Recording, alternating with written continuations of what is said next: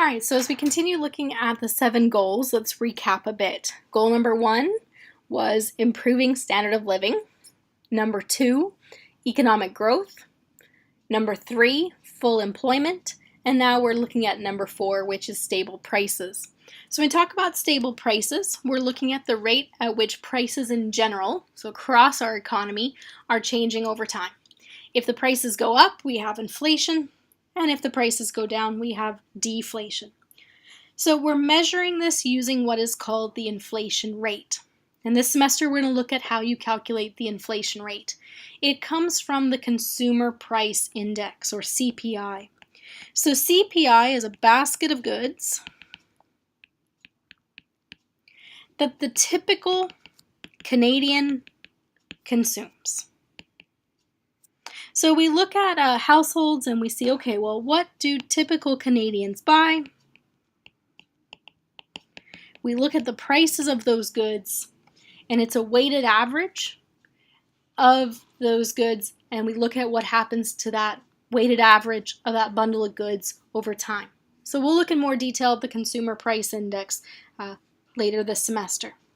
So we're looking at across the board, on average, what's happening to the prices within our country. So we want to look at, well, how do we achieve inflation or deflation?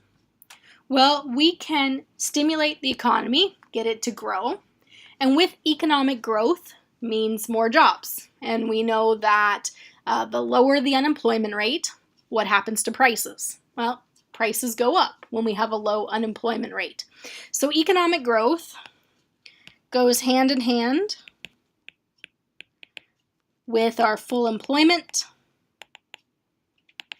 and our higher standard of living.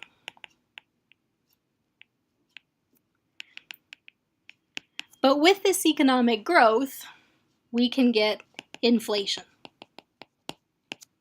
If the economy is not growing, if it's shrinking, the unemployment rate goes up, lots of people looking for jobs, lots of households with less income buying less things, and so what happens to prices when the unemployment rate is high? The unemployment rate is high, prices fall. And so during contractionary periods when the economy is not growing, when we have high unemployment, then we have deflation. So what we do is we use what's called monetary policy and fiscal policy to help smooth out that instability in the market, smooth out that business cycle. So the economy doesn't grow too fast, triggering inflation. It doesn't contract too much, creating high unemployment and deflation.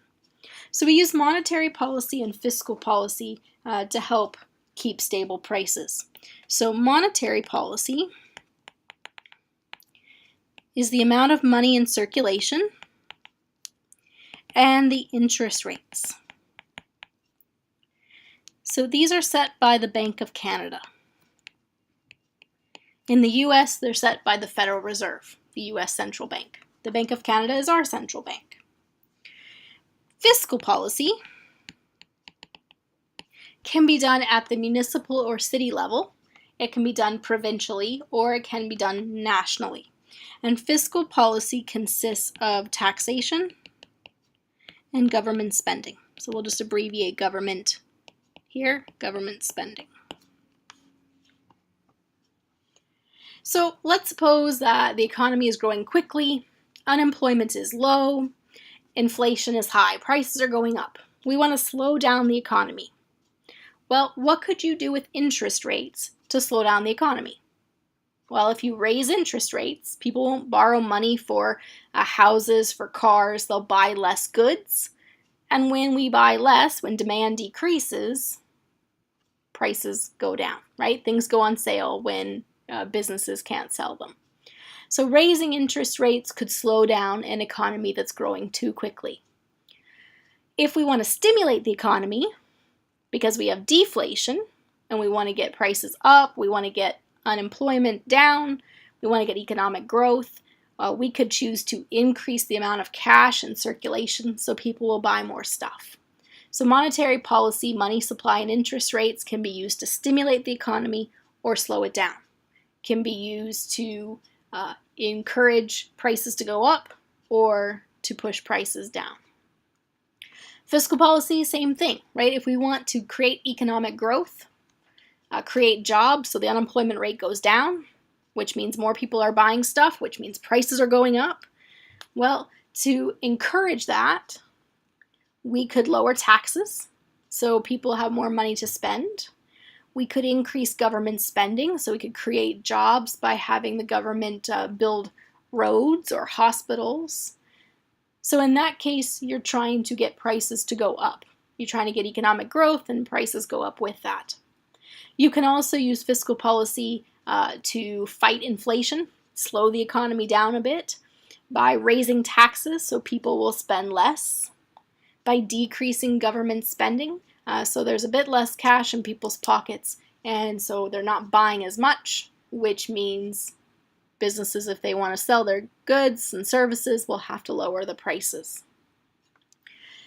Now, there's some challenges with fighting inflation or trying to achieve stable prices, and that's because of the relationships between inflation and interest rates.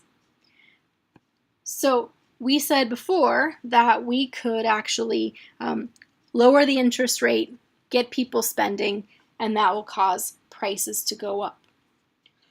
But the other thing we have to consider is that interest rates can change inflation, but inflation also changes interest rates. So think about this. You want to borrow $100 from me. Well, if I'm going to lend you $100, then that means I'm going to be without my $100. So how do you entice me to lend you the money? You offer to pay interest on the loan.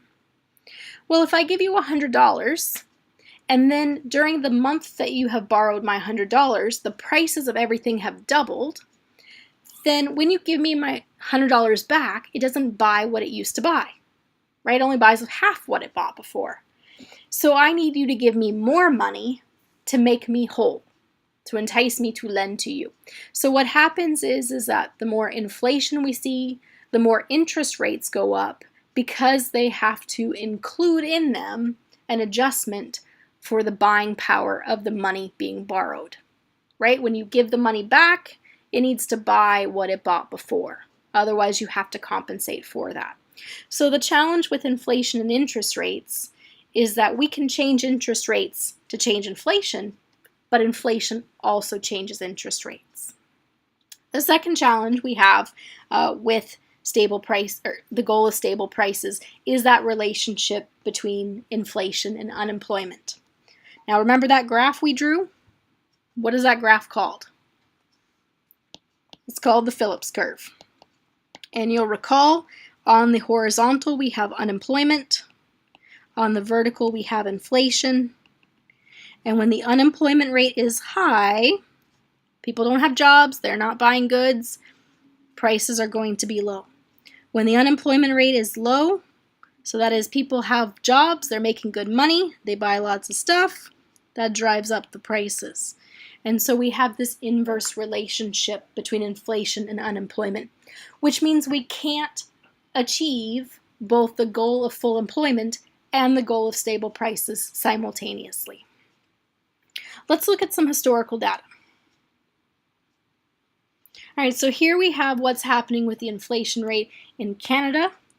Notice deflation in 2009.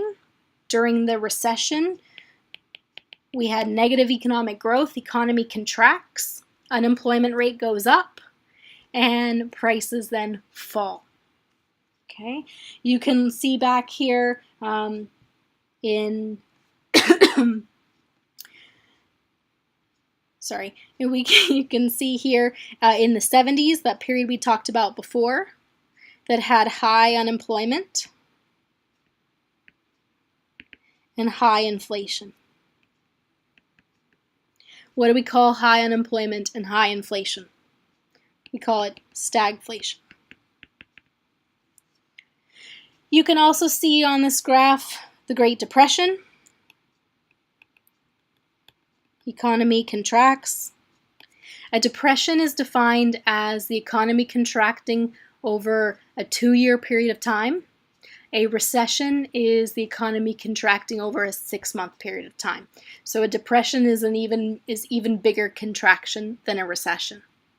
And so we had the Great Depression, late 20s, early 30s, and you can see the deflation it caused. Prices fell. The other drop that you're seeing here in the 20s has to do with when we came off the gold standard. We'll talk more about that later this semester. If we were to draw this recession or depression in terms of supply and demand graphs, when there is a decrease in demand for goods and services, it makes prices fall. We'll look more at demand and supply in a week or so. So where do we stand compared to other countries? Well, we can see here on this slide the 2016 inflation rates for various countries. Canada, you see, has an inflation rate about 1.6%. In Canada, we actively use monetary policy to keep inflation between 1 and 3%. You can see back during the 2008-2009 recession, our inflation rate was close to 0. In the US, they had deflation. Zimbabwe in 2008 had close to 15 billion% inflation, so check out the video on that to find out more information. You'll also see here Venezuela has a question mark. We're not quite sure what the level of inflation is right now in Venezuela. The guess is about 500%, but the government has stopped keeping track. In the last couple years, Venezuela has actually outlawed inflation, and so it's illegal if you live in that country to raise prices. The problem with this is that just because you can't sell your good for more doesn't mean it doesn't cost you more to make it. So if you're a farmer growing coffee, for example, maybe a drought means that your farm fields are yielding less crop. So now your tractors, your workers, maintaining your fields, you have less coffee beans to sell to cover that same expense. So your cost per unit is higher, but you can't sell it for any more. And so we're seeing lots of black market and chaos in Venezuela. Check out the videos about Venezuela to hear more about that.